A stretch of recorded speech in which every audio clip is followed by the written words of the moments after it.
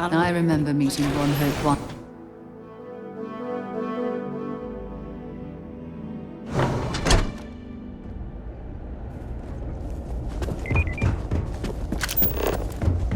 Keep an eye on your valuables. If you can't protect your own.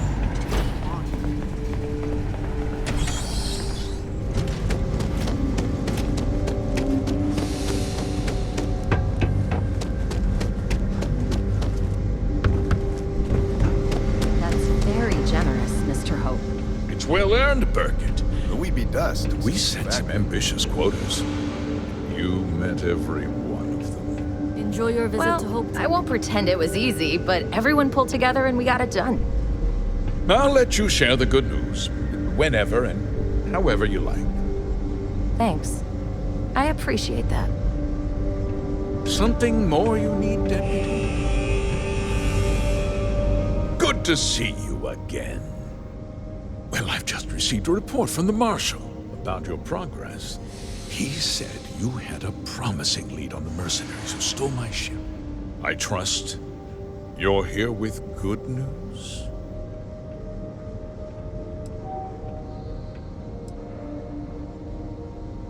Did you now? Well, don't keep me in suspense.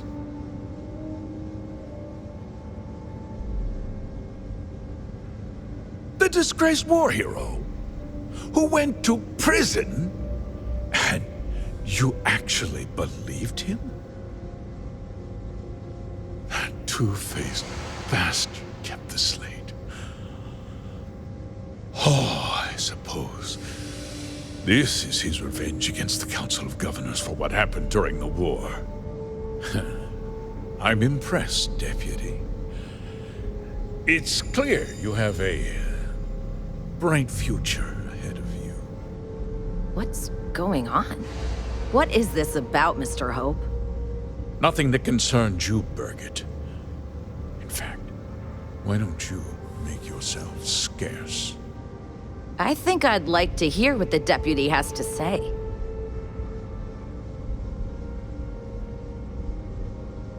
The cards are on the table. So why not? The truth is, we've been falling behind the competition. Significantly so. We needed solutions. A few years ago, I began to diversify. We started to research chemicals, fuel, those sort of things. We developed an experimental fertilizer. And it failed utterly. It wiped out entire crops. I was prepared to write the whole thing off when we made a discovery that changed everything.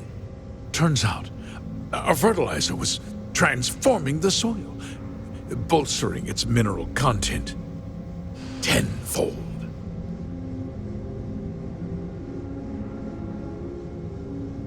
We donated the fertilizer to select homesteads and let the farmers do the work. And when the time was right, we cleared the farm and brought in machinery to harvest the mineral-rich soil. The reduction in labor and materials costs sent my profits soaring. So those farmers poisoned themselves, and you ended up reaping profits. How can you even live with yourself? It's nothing personal. It's just good business. I don't expect you to understand.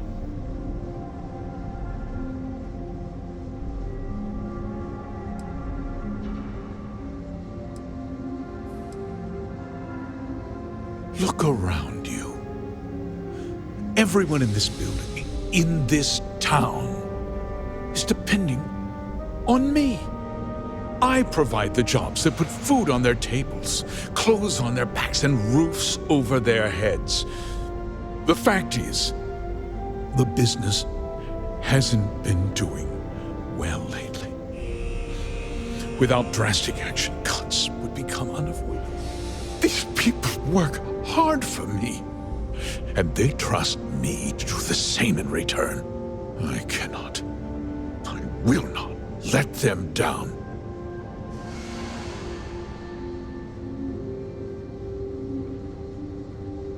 I never intended for anyone to be hurt. I told Hull to buy the land, not take it by force. Unfortunately, farmers can be stubborn folk.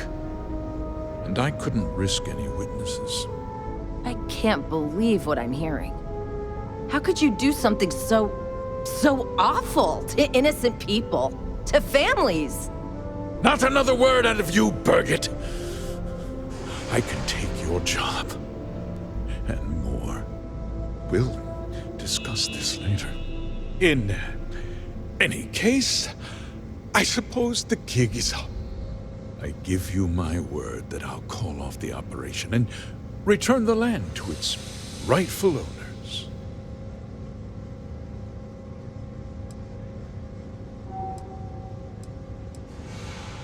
Like I said, I give you my word.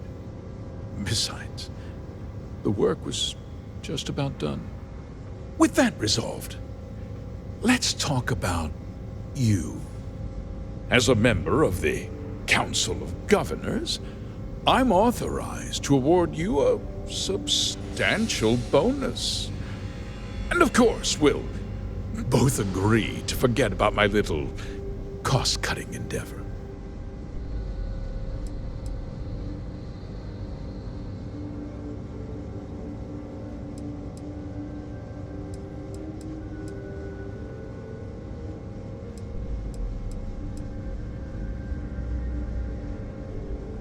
Of course you do. But first, take a moment to consider the big picture. I'll do what's necessary to protect my company and my employees. If you tell anyone about this, you're risking their livelihoods. Do you really want to put all these people out of work and make their families suffer?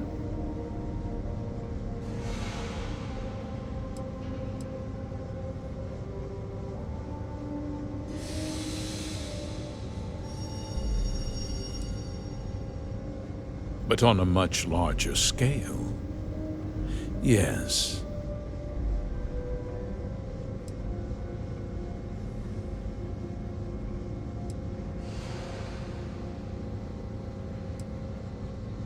Well, I'm afraid there's no avoiding it. The past can't be changed, but the future is very much in your hands, Deputy. You put me away, and this company will fall apart. You have destroyed far more lives than I did. I'll make myself very plain. I won't let you jeopardize my reputation, this company, or the people who work for me. If that means you suffer an unfortunate incident at the hands of my security personnel, so be it. I'm important. You're nothing. You're not actually threatening to attack a Freestar Ranger, are you? You're a despicable man, Hope. And I hope you get exactly what you deserve.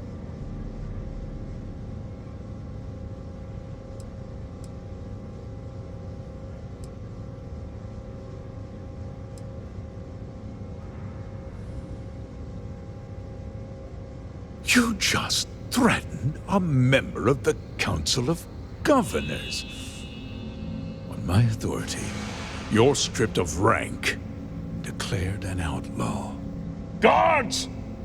Dispose of this criminal!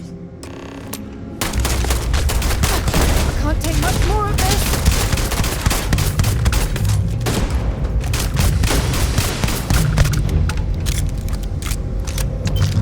Stop having junk.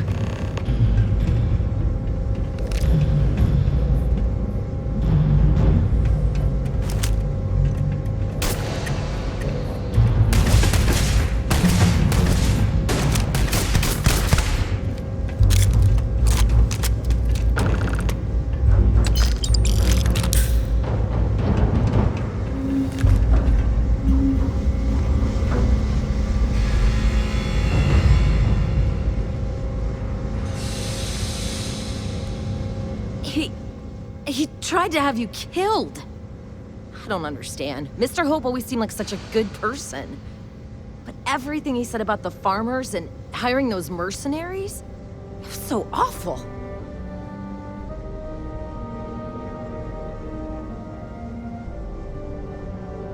The first part is true. He always looked out for us, for his employees.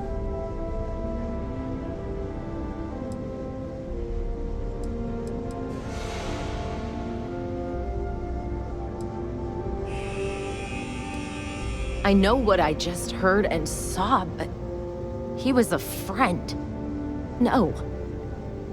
He was more like a father. And now he's... You killed him.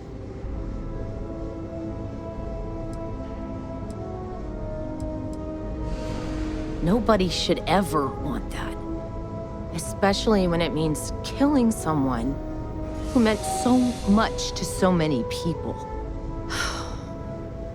What happens to us now?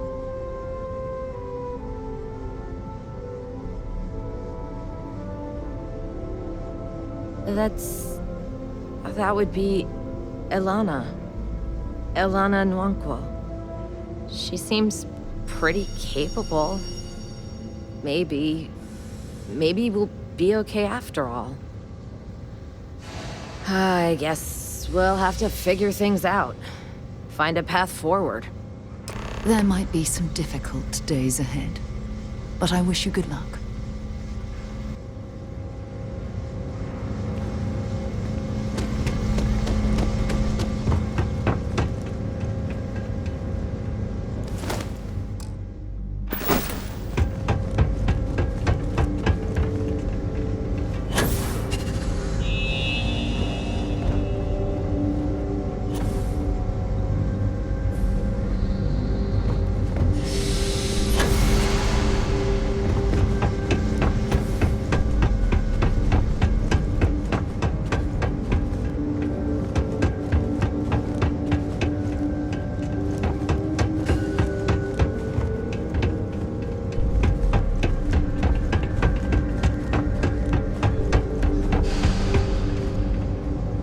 Next time, use your jetpack.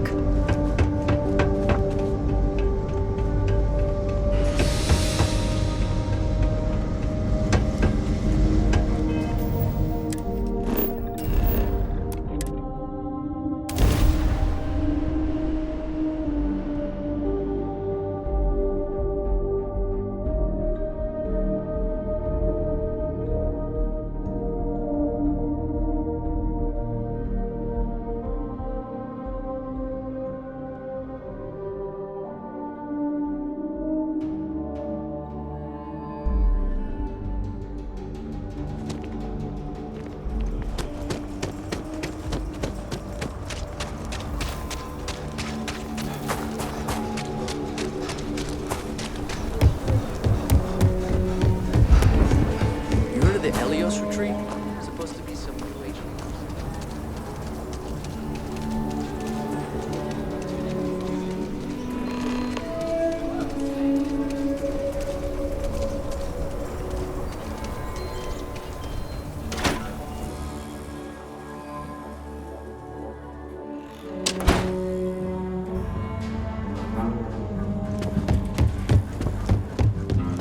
Hey, deputy. Keep it moving. Good to see you back safe, Deputy. What's the word on the mech factory? Were the mercenaries hiding out there?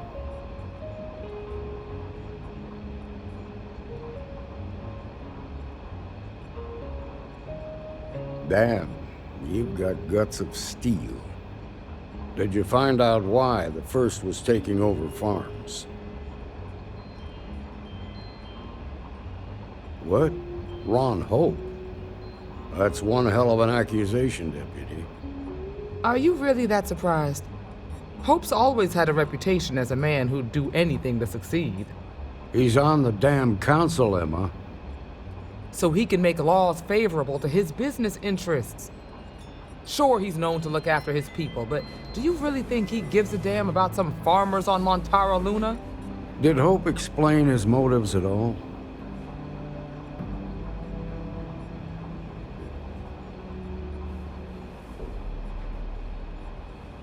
That has a familiar ring to it. I recall hearing about some Hope Tech initiative to help farmers. At the time, I just figured it was a PR stunt. Seems a little more sinister now. Please, tell me you've got some evidence to back up these extraordinary claims. All right, let's see what you've got. Interesting. Yeah, this is pretty damning. Especially this last bit about destroying the slate. And you confronted Hope about this?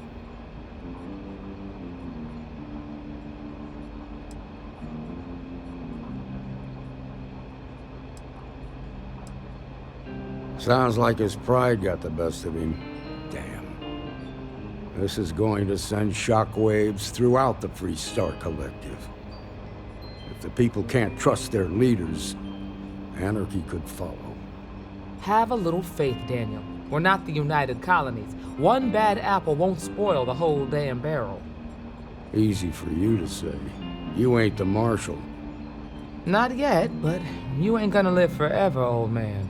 While we've got you here, there's one last piece of business to take care of. Emma, would you please?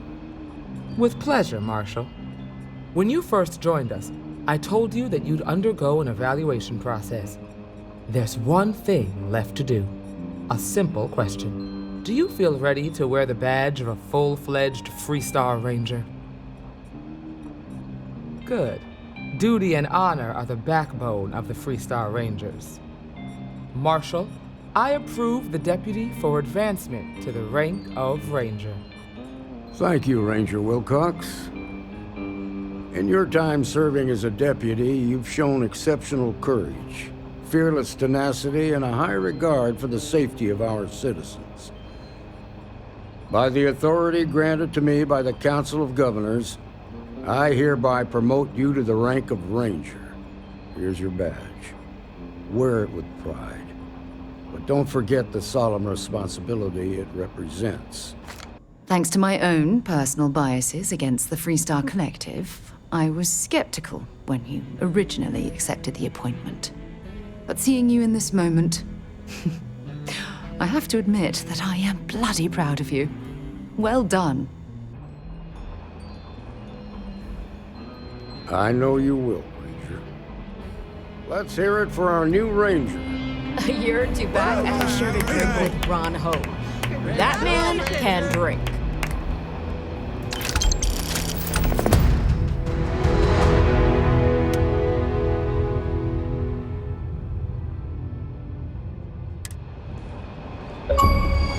Congratulations. The promotion is well earned.